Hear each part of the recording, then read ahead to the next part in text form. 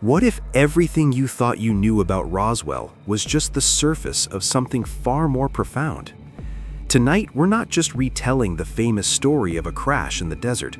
We're going deeper than anyone has gone before, examining the psychological aftermath, the patterns of silence, and the global network of similar encounters that suggest Roswell wasn't an isolated incident, but part of something much larger.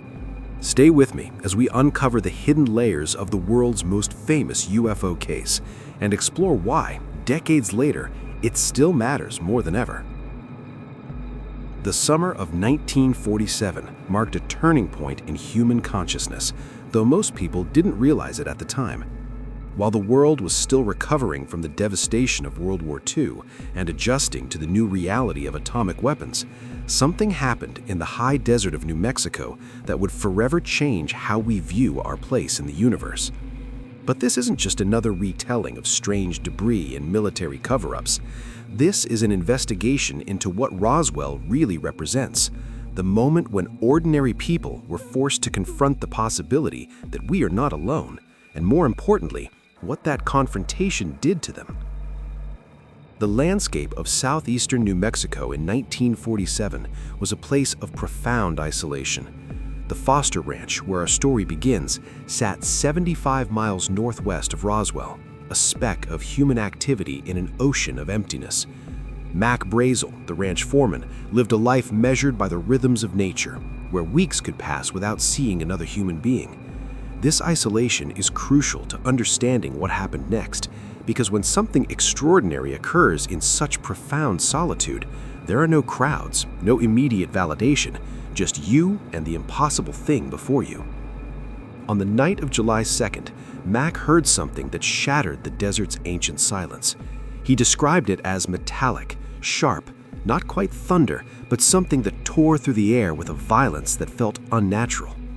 The next morning, riding out across his property, as he had done thousands of times before, he encountered debris scattered across nearly a quarter mile of his land. But here's what most retellings miss. It wasn't just that the material was strange, it was that it fundamentally violated his understanding of how things should behave. The metal that couldn't be creased, the symbols that looked like language but matched nothing in human experience, the way the material seemed to remember its shape, springing back to form no matter how he tried to alter it. What we often overlook in the Roswell narrative is the profound psychological impact of holding something in your hands that shouldn't exist. Mac Brazel wasn't a sophisticated man in the academic sense, but he knew materials. He knew wood and metal and fabric. He knew what belonged in his world and what didn't, and this didn't belong. That cognitive dissonance, that fundamental break between expectation and reality, is something that would haunt him for the rest of his life. When Mac finally brought samples into Roswell, he wasn't looking for fame or attention. He was looking for answers, for someone to tell him that what he'd found made sense in the ordered world he understood. Instead, what he got was the beginning of a chain of events that would transform him from a private man living a quiet life into the reluctant center of a mystery that would span generations. The sheriff, George Wilcox, recognized immediately that this was beyond his expertise. The military was called, and Major Jesse Marcel, an intelligence officer with years of service, arrived to investigate. Marcel's journey to the crash site represents a crucial turning point in the Roswell story, one that's often glossed over in favor of more dramatic elements. Here was a trained military officer, someone who had seen experimental aircraft, who understood the cutting edge of 1947 technology, approaching the debris field with professional skepticism. And what he found shook him to his core. In his later years, Marcel would describe the experience with a mixture of wonder and frustration. Wonder at what he had witnessed, frustration that he could never adequately convey the reality of it to others who hadn't been there. The material Marcel collected defied every principle of engineering he understood. It was lighter than aluminum, but stronger than steel. It bore symbols that looked manufactured, but matched no known alphabet or code system. Some pieces seemed to have internal structures that made no sense, hollow beams that weighed almost nothing but couldn't be bent or broken. When he took samples home to show his family before delivering them to the base, his son would later recall the sense of otherworldliness, the feeling that they were touching something from a place beyond human reach. But here's where the Roswell story takes on a deeper significance. It's not just about what was found, it's about what happened to that evidence and to the people who encountered it. Within days, the narrative would shift dramatically. The initial press release from Roswell Army Airfield announcing the recovery of a flying disc would be hastily retracted. A new explanation would emerge, a weather balloon, mundane and explicable. Marcel would be photographed with balloon debris that bore no resemblance to what he had actually collected from the ranch. The speed and thoroughness of this reversal tells us something profound about the institutional response to the unknown. When confronted with something that challenges fundamental assumptions about reality, the instinct is not to investigate openly, but to contain, to control, to reduce the unknown to something manageable. This pattern would repeat itself in encounters around the world, and it's a pattern we need to examine closely. What's particularly striking about the Roswell incident is how it affected the witnesses psychologically.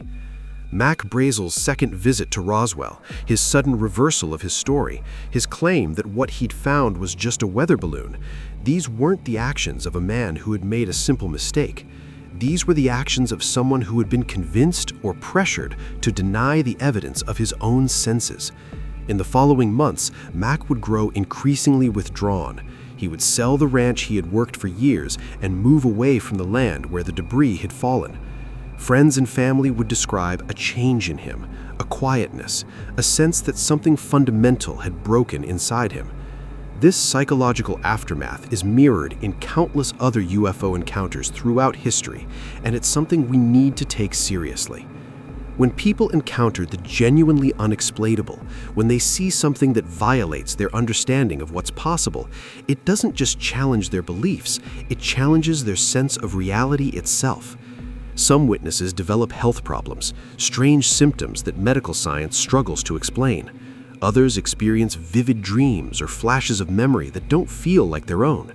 Still others simply shut down, refusing to discuss what they saw, as if silence might restore the ordered world they once knew.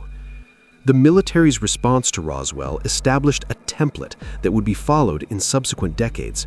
Physical evidence was collected and removed. Witnesses were interviewed and then often discouraged from speaking further. Official explanations were crafted and disseminated. The message was clear. What you saw was not what you think you saw.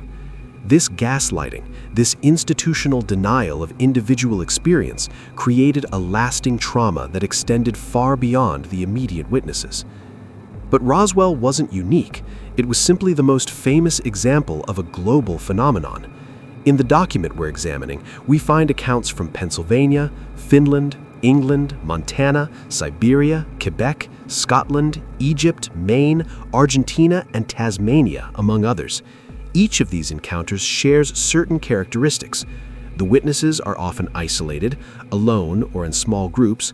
The phenomena they encounter violate conventional physics, objects that move without sound, materials that behave impossibly, beings that seem to exist outside normal causality.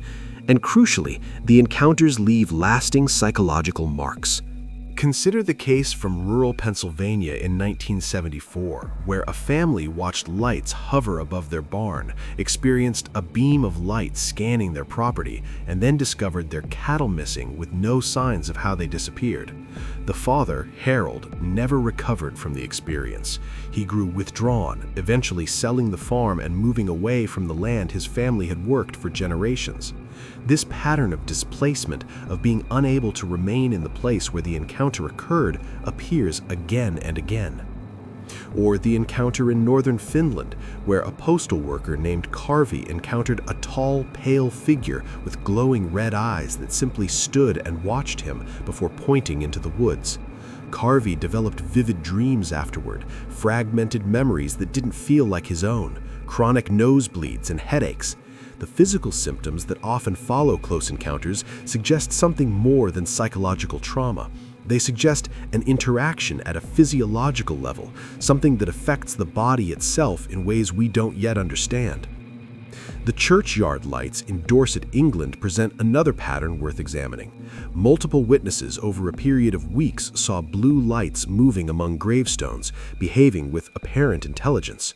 When a photographer tried to capture them, his camera's batteries were completely drained and the lights appeared only to vanish moments later.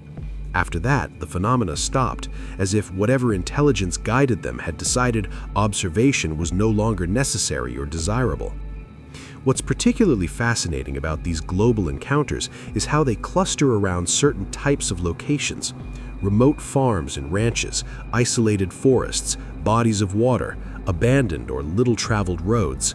These are liminal spaces, boundaries between the civilized and the wild, between the known and the unknown.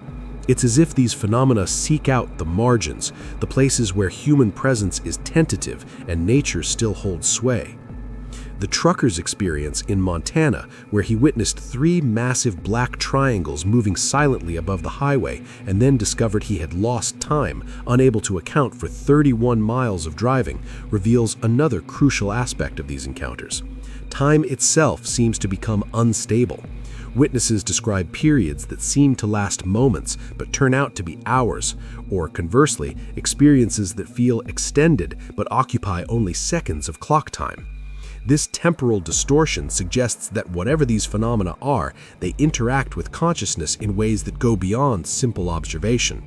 The incident in central Siberia, where a Soviet geology team encountered a forest of warped trees and melted glass centered on a perfect circle of scorched earth, raises profound questions about the physical effects of these encounters. One team member stepped into the circle and simply vanished, never to be found. When a rescue team arrived days later, the circle itself had disappeared, replaced by normal forest growth. This malleability of the physical environment, this ability to alter or erase evidence, speaks to a technology or capability far beyond our current understanding. In Quebec, campers watched a massive oval object hover above a lake while a tall figure stood on the water's surface, impossibly balanced, unnaturally still. The encounter left them feeling that something fundamental had shifted, that the lake itself had changed in ways they couldn't articulate. Water seems to hold particular significance in many of these encounters. Loch Morar in Scotland, where lights were seen moving beneath the surface.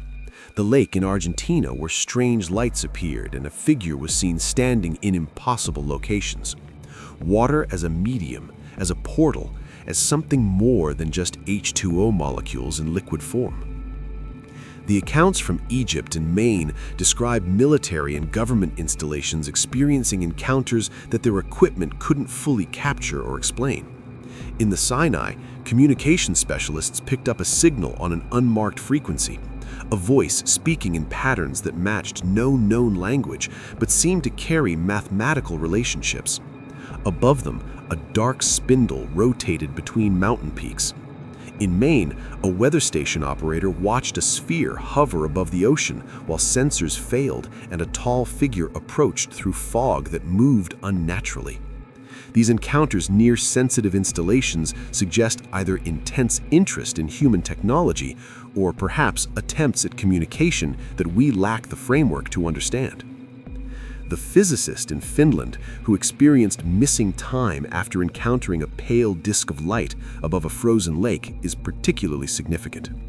Upon returning to consciousness, he found his journal contained symbols he didn't remember writing, curved characters arranged in patterns that suggested meaning he couldn't decode. His subsequent shift in research focus, abandoning theoretical physics in favor of studying sound and resonance, suggests that the encounter fundamentally altered his understanding of how reality operates. This transformation of worldview, this paradigm shift at the individual level, is one of the most profound effects of close encounters. What emerges from examining these global cases alongside Roswell is a pattern of intentional interaction. These aren't random events or natural phenomena misidentified. They show evidence of intelligence, of purpose, of what seems to be a systematic approach to human contact that operates according to rules we don't yet comprehend. The encounters often seem designed to be ambiguous, to provide just enough evidence to be undeniable to the witness while remaining deniable to the broader society. This creates a situation where the witness is isolated, unable to prove their experience, forced to question their own sanity or reliability. The disappearance of evidence is another consistent pattern. Physical samples are confiscated or vanish. Photographs are confiscated, destroyed, or fail inexplicably. Video footage shows glitches or blank frames at crucial moments. Witnesses who speak publicly find themselves discredited, their reputations destroyed, their careers ended. The institutional machinery designed to suppress these accounts operates with remarkable efficiency, suggesting either a coordinated effort across multiple governments and agencies or a phenomenon that somehow protects itself from documentation. But perhaps the most significant aspect of these encounters is their effect on human consciousness collectively. Roswell happened in 1947, at the dawn of the nuclear age, at a moment when humanity had just demonstrated its capacity for mass destruction. The subsequent decades have seen thousands of reported encounters, a steady drumbeat of contact that has, despite official denial, fundamentally altered how we think about our place in the universe. Opinion polls consistently show that a majority of people believe intelligent life exists elsewhere and that some UFO reports might represent genuine contact. This shift in collective consciousness, this opening to possibility, represents a profound change from the pre-1947 worldview.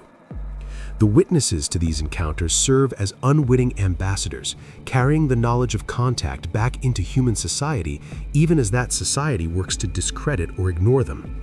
Their accounts, their trauma, their transformed understanding of reality, these ripple outward, touching others, planting seeds of possibility and doubt. Mac Brazel, holding impossible metal in his hands beneath the New Mexico stars, represents every person who has seen something that shouldn't exist, who has been forced to choose between the evidence of their senses and the consensus reality of the world around them. The secret meetings described in the Roswell aftermath, where officials debated whether to disclose the truth to the public, reveal the fundamental paternalism of institutional power. The decision to keep the evidence classified, to manage the narrative, to prevent what they feared would be panic or chaos, robbed humanity of the opportunity to collectively process and integrate this new reality. Instead of open investigation and public discourse, we got denial, ridicule, and the creation of a social stigma around reporting such experiences. This stigma has had a chilling effect on reporting and research. Scientists risk their careers by taking the subject seriously. Witnesses fear ridicule or worse. The subject itself has been relegated to the realm of conspiracy theory and pseudoscience, despite the fact that credible evidence exists and credible witnesses continue to come forward. This marginalization serves the purpose of maintaining consensus reality, but at what cost? What might we have learned if, in 1947, the truth had been acknowledged and serious scientific investigation had been allowed to proceed? The legacy of Roswell extends far beyond the incident itself. It represents the moment when the modern UFO phenomenon entered public consciousness and when the pattern of official denial and suppression was established. Every subsequent encounter, every credible witness who comes forward exists in the shadow of Roswell, in the framework created by that initial event and its aftermath. The questions raised in that desert in New Mexico remain unanswered. What crashed? Where did it come from? What happened to the evidence? And most importantly, why has the truth been hidden? As we approach 8 decades since Roswell, new generations of witnesses continue to report encounters. The technology of documentation has improved dramatically. We have smartphones with cameras, internet platforms for sharing information, satellite imagery, and increasingly sophisticated detection equipment. Yet the fundamental mystery remains. Objects are seen that move in ways that violate known physics. Witnesses continue to report encounters with entities that seem to exist outside our normal framework of reality. Physical evidence continues to be difficult to obtain or preserve. What does this persistence tell us? perhaps that we're asking the wrong questions. Instead of focusing solely on proving that these encounters are real or that they represent extraterrestrial contact, perhaps we should be asking what they mean. What is the nature of this intelligence that has been interacting with humanity for decades, if not centuries? What is its purpose? What is it trying to communicate? And why does it operate in this ambiguous way, providing evidence that is compelling to witnesses but difficult to prove to skeptics? The encounters cataloged in our document tonight share certain characteristics that might provide clues. They often involve temporal distortion, suggesting a relationship with time that differs from our linear experience. They frequently occur near water or in isolated natural settings, away from dense human populations. The entities, when seen, often appear humanoid, but with crucial differences: too tall, too thin, moving in ways that suggest different physical constraints, or perhaps no physical constraints at all. The phenomena seem to have an almost theatrical quality, as if they are performances designed to communicate something beyond the literal events witnessed. Some researchers have suggested that these encounters represent a gradual acclimatization process, a way of slowly preparing human consciousness for eventual open contact. Others propose that the phenomena are interdimensional rather than extraterrestrial, representing contact with intelligences that exist in parallel to our reality but occasionally intersect with it. Still others argue for a consciousness-based explanation, that these encounters represent some kind of psychic phenomenon, projections from the collective unconscious taking quasi-physical form. What all these theories share is an acknowledgement that conventional materialist explanations fail to account for the evidence. Whether you believe in alien spacecraft, interdimensional visitors, or something else entirely, the witness accounts and physical traces demand explanation. The consistency of reports across cultures, across decades, across continents suggests something real is occurring, even if we lack the framework to fully understand it.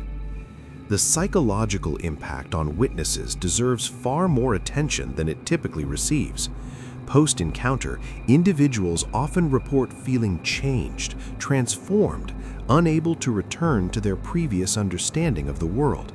Some develop what might be called expanded consciousness, a sense of connection to something larger, a reduced fear of death, a feeling of purpose or mission they struggle to articulate. Others experience the opposite, a kind of existential crisis, a fracturing of their sense of self and place in the world. These profound psychological effects suggest that whatever is happening operates not just at a physical level, but at the level of consciousness itself.